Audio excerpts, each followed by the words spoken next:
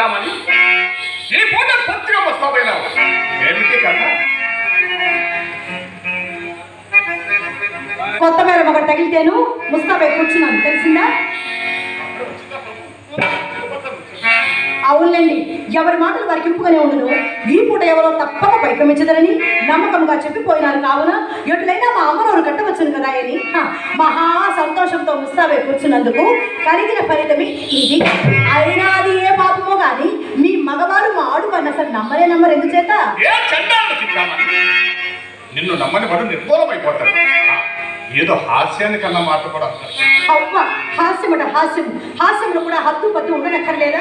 వడలమండు హాస్యమా చెప్పండి. పోనీ నువ్వు పొరపాటు కానీ ఇంతకి వాడు ఎందుకు వచ్చినట్టు? మధ్యలో ఈ వాడెవరండి? సుబ్బశెట్టి. నిజంగా మీకెవరు చెప్పారు? నేనే చూచాను.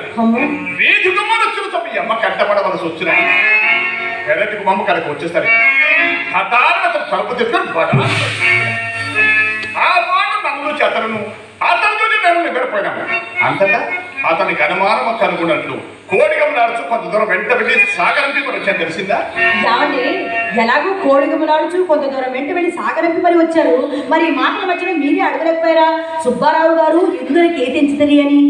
అడిగినాను. ఏం చెప్పాడు? ఏదో మేళం కోసం వచ్చారని చెప్పినాడు. మరి చెప్పినాడు కదా, నీ సందేహం ఏమిటి? నా సందేహమా? మరి చెప్పిన కోపం తెచ్చుకున్నావు కదా.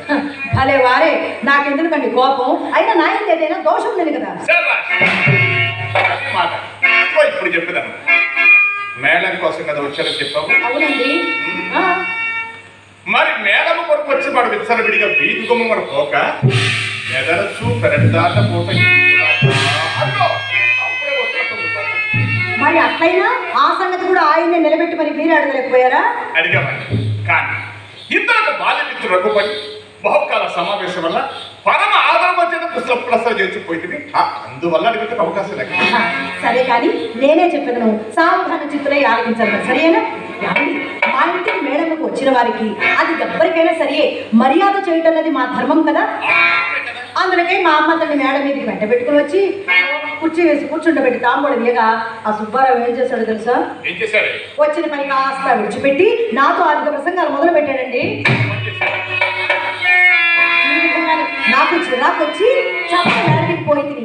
కానీ ఇంతలో నా మనసు కనిపెట్టిన మా అమ్మ మాత్రం వెనక చూపుడు కనుక కారణం చేత మన తోటలోకి తీసుకుని వెళ్ళి ఆధారనడే సాగనంపినది. మీరు నమ్ముడు నమ్మక పొండు నడిచిన యథార్థం మాత్రం చేస్తున్నా. నీ మాట వేదముగా నేను ఎప్పుడు నమ్మలేదు. నాతో నీ వెళ్ళను నలసంత అబద్ధమైన ఆడమని నా నమ్మకం. మీ తోడనే కాదు, ఎవ్వరి తోడను నలుసంత అబద్ధమైన ఆడను.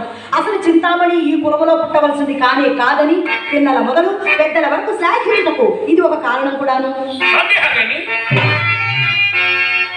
ఎవరి మాటలు లేదా నేను ఎన్నిసార్లు నిన్ను శ్లాఘించలేను